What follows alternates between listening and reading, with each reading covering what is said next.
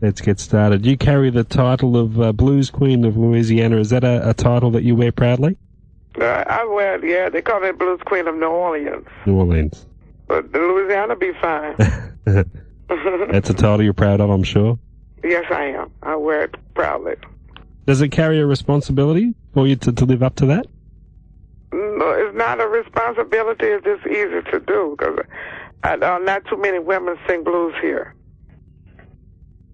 When you were growing up, when did you realize you had this fantastic ability to sing?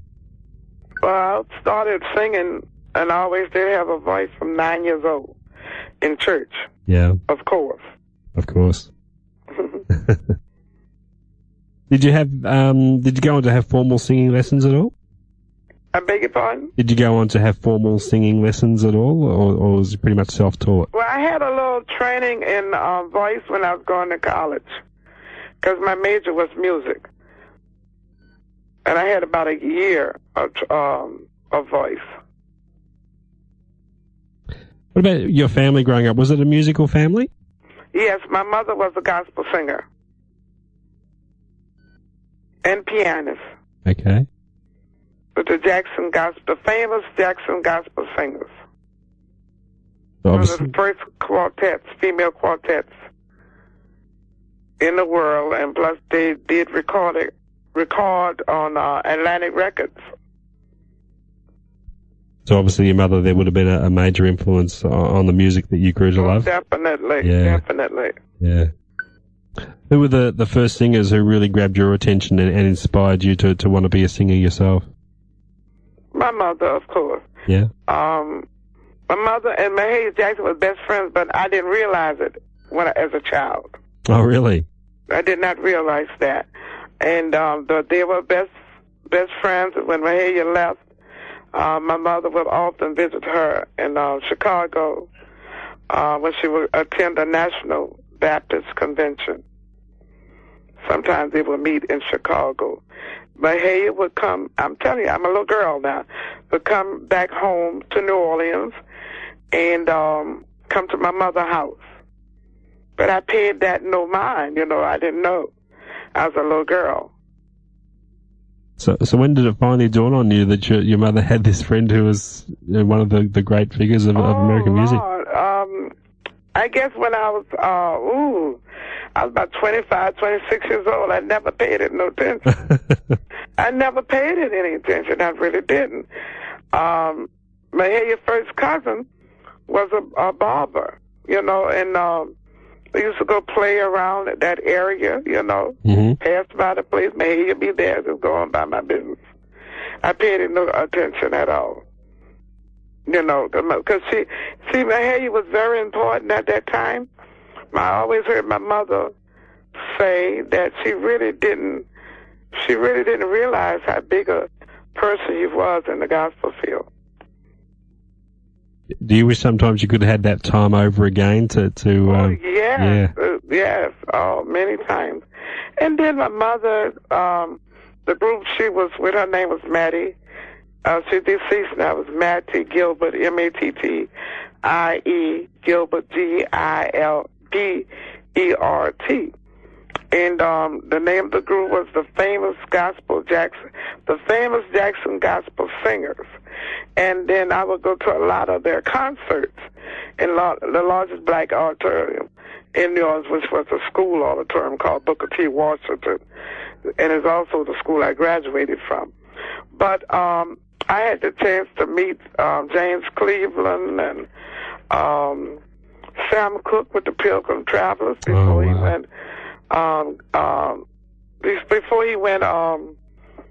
R&B or circular. Yeah. I met Aretha Franklin and her father, C.L. Franklin, and all of these people was in gospel at that time. Shirley Caesar, Albertina Walker with the Caravans. I was a little girl, but I enjoyed meeting all these people. Mahalia Jackson, I believe you were involved in a tribute to her at Jazz Fest earlier this year. At the House of Blues, we've been doing it that was the 5th year, and next year, if God said the same, would be the 6th year.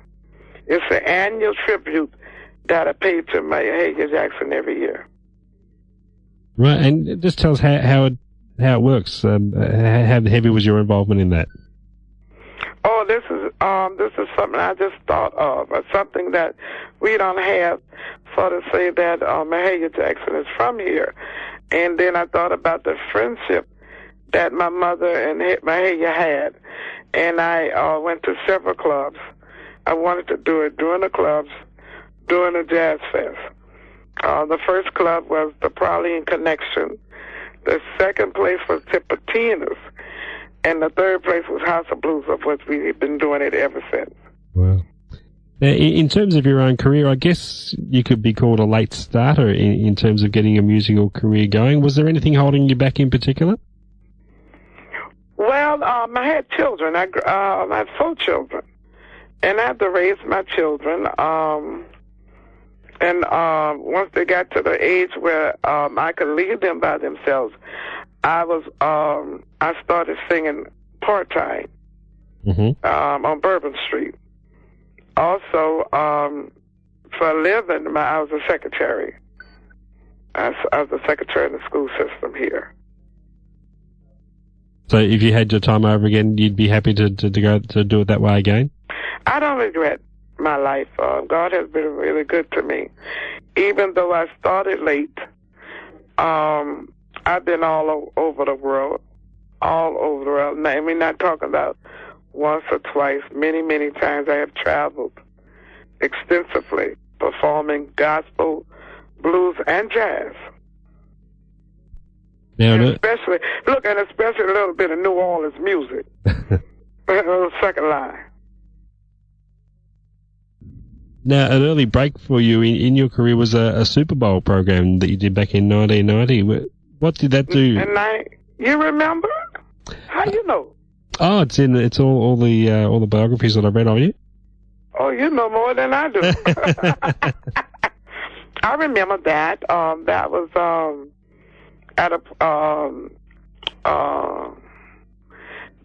at at that time it was called the Bourbon Street Blues and Gospel Club. Mm-hmm. And it's a beautiful place. It's something else now. It's a rock place right now. But that was the epitome of my career. Of course, being on Saturday night before the Super Bowl. And it was broadcast all over the world. So looking back now, what did that particular program do for you in terms of exposure? Well, for exposure, a lot of people did not know about me because of the fact I started late in my career. Mm-hmm. So everybody asking, well, who is this? Who is Marva Wright? And they didn't put me at the beginning of the show. They didn't put me in the middle of the show. They put me at the end of the show because my presentation was kind of hard and good. I mean, it would have took the limelight from other people, even though they were performing different music. Yep. But I did gospel, rollicking gospel, where you clap your hands and pat your feet and things, with the choir that I used to sing with. Now, your very first album was an award-winning one from the Music Critics Association. How important to you is receiving that type of recognition from people in the industry? I beg your pardon? Your very first album was an award-winning one from the Music Critics Association? Right. Is that type of recognition from people within the industry particularly important to you to give you the confidence to go on at that stage? I think it is. Yeah. I think it is. The best one I've recently received the Living Blues Award, and he put me in the Hall of Fame. At the Hall of Fame, but for Living Blues magazine. Yeah. Yeah. I like that one. Who wouldn't? Now, of course, your roots are in gospel music, as we've already discussed, and indeed you were involved in some gospel choirs when you were younger, is that right? Oh, yes. Yeah. First, my church gospel choir, the church that I attended every Sunday, and then the community choir, Samuel Bursick and the Dimensions of Faith. What kind of grounding do you think that gave you in those days for your, I guess, your performance abilities, your grounding as a performer, was that a great background for you? The grant? I don't understand. What type of grounding did those days in the gospel choirs give to you as a performer? Oh, they love me. They really love me. They love me, and I respect that, that they love me, because I thought it might have been a little jealousy, and it wasn't that. It wasn't jealousy. They surrounded me with love. I believe over the years you've also done some backup singing for other artists? Yes, my first one was with Joe Cocker. Mm-hmm. I'm sure he don't remember, but it was a long time ago. Yeah. And Joe Cocker, I did Joe Cocker. I did Glenn Campbell. And I don't really know these people. The Taylor brothers. Right. There's country singers. Oh, yeah, yep. You remember them? I've heard of them. And, of course, I did for a couple of locals when I first started. Tony Owings. How have those experiences as a backup singer helped you as a performer yourself? Well, Alan Toussaint wanted the backup singers with the gospel background. And one person knew the other person. They recommended me and two other girls from our church, and that's how we started. And plus, we was making money, extra money. I wasn't used to that, But it really helped. Well, church in general helped with my presentation and performance right now. Your music, it lends itself so well to a live performance situation. Is that a far more comfortable place for you than the recording studio?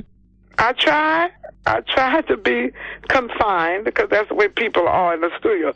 I try to be confined. I try not be so live in the studio. But the majority of my fans want that on record. They want the live sounding on record. So I just let myself go. Yeah. I think there is something very special about a live gospel performance that can sometimes get lost in the studio situation. Do you agree with that? Oh, yes. Yeah. Your most recent album was released during Jazz Fest. That must have been an exciting time for you to have some new product out there at the same time as the festival? Well, yeah, it was. That's unusual. Is it? Yeah, usually I'm recording a record like 1 year before or something like that. But I just finished that CD a month ago. From that time, a month before Jazz Fest. We hear that festival over here, and for those of us who haven't been fortunate enough to get over there to witness Jazz Fest, can you tell us a little bit about it and the feel and the mood of it all, and what the festival means to you? Well, over the years, I've collected many fans, and you don't see them, for a whole year. So when I see them again at some of my performances, I'd be overwhelmed with love. I was so glad to see a lot of people, that all my fans that write me, that call me. And when I see them at Jazz Fest, they are at every show, and that make me feel real good. It make me think that I am somebody in the blues world. Well, you certainly are. And you've been performing there continuously for about 17 years now, isn't it? No, I've been singing on Bourbon Street since 1987. Yep. Left when I got kind of popular, running back and forth overseas. And I went back to the street after 9/11. Because work just went boom. Work dropped considerably. In fact, I haven't been in Europe for the last 2 years. Last year, I was in November last year, 2003, I was in Brazil, in Sao Paulo and Rio. And I was in your country, not this year, but last year. That's correct, yeah. Mm-hmm. But Jazz Fest itself, I think you've done basically every year for the past, almost 20 years now, isn't it? Oh, yeah. Yeah. I love it. Now, browsing through your website the other day, I noticed something quite special on there, the gift baskets that you put together. Right. Yeah. giving your fans It's a basket. In fact, I just made 10 baskets last week for a corporation. Marva Wright gift basket, and they usually give it out to the outstanding people in the company. Can you tell us what makes up a gift basket? Marva Wright gift basket. There's a difference between a gift basket and Marva Wright gift basket. My gift basket is made up of love of Marva Wright. I have CDs in there. I put my pictures in there, signed autograph picture, and Mardi Gras beads, hot sauce, which we are known for here, and how can I say, some candy, and boxes of red beans and rice, and anything that pertaining to New Orleans. And I take a great big old basket and wrap it up and put a great big old bow around it. And that's my gift basket of love. It's a lovely touch, a really nice touch. And I love that. I love doing it. I do it myself. I don't let no one else do it but me. That's a personal touch. Right. That's beautiful. Tell us about your band, the BMWs. BMWs I was always known to have the best musicians. One of the musicians that been with me along, two of them, Benny Turner, who's also the brother of Freddie King, the late Freddie King, the real brother. He's been my band manager since 1990. Wow. Been my band manager since 1990. He's still with me. And who are some of the other guys in the band? One of the best drummers. His name is Jeffrey Alexander. They call him Jelly Bean. He's been on many notable CDs or albums, and I just think he's the best. I don't think nobody can touch him. And plus New Orleans got the name for having the best drummers for some reason. I don't know. Maybe it's because they have a lot of seasoning in their drumming. And touring-wise, you mentioned things dropped off a little bit after 9/11. How's the extent of your touring now? Still, I'm not going too many places. The last place I went for was Brazil in 2003. I haven't gone anywhere this year. So you're pretty much 2004. Just playing locally there. Right. Yeah. Outside of the United States, what would be your best markets in terms of record sales and concert appearances? My best what? Your best markets outside of America? The best market is France. I get a lot of good royalties from France. Yeah. On some of the songs that I've written and recorded. My best, I gotta say it, and I'm not saying it because you're interviewing me. The best reception, and I have wonderful reception, was at the East Coast Blues Festival. Oh, yes. You've been down here for that before. Have you been once or twice to that? 3 times. 3 times now. Mm-hmm. Fantastic. Are there any plans for you to make a return down here? Oh, I don't know. No one called me yet, so I don't know. I guess Peter Noble has taken a special interest in me because I recorded twice on his record label, AM International. Oh, yes. Yep. And one of my favorite songs that I've recorded, 2 of my favorite songs I've recorded, Paul Kelly, Difficult Woman, and I can't remember the song. Oh my God! But it's a soulful song. Yeah. He's a wonderful writer, isn't he? Oh Lord, yeah. Yes indeed. And are there any plans afoot for a new recording at all? Oh, we're always planning for recording. Always new plans. But I try not to put them too close to each other. So I probably go back in the studio around November, December. Yeah. Mm-hmm. I just did a great big old Christmas project. I have a Christmas CD that is very popular around Christmas time. But I just did another project of Christmas CDs with a lot of notable New Orleans had recorded for some place out of Nashville. The Neville Brothers, Dr. John Oliver's going to be on it. Oh, wonderful. Uh-huh. And that will be for this upcoming Christmas, will it? Christmas coming, yeah. Fantastic. That's terrific. We'll look forward to that. Marva, thank you so much for your time. It's been all right. I appreciate you calling me. A treat to catch up with you. You know you're always so very welcome down here, and we'll certainly keep our fingers crossed. We'll get you down here again very shortly. Okay, thank you. Okay, you take care. Take care. You too. Bye-bye.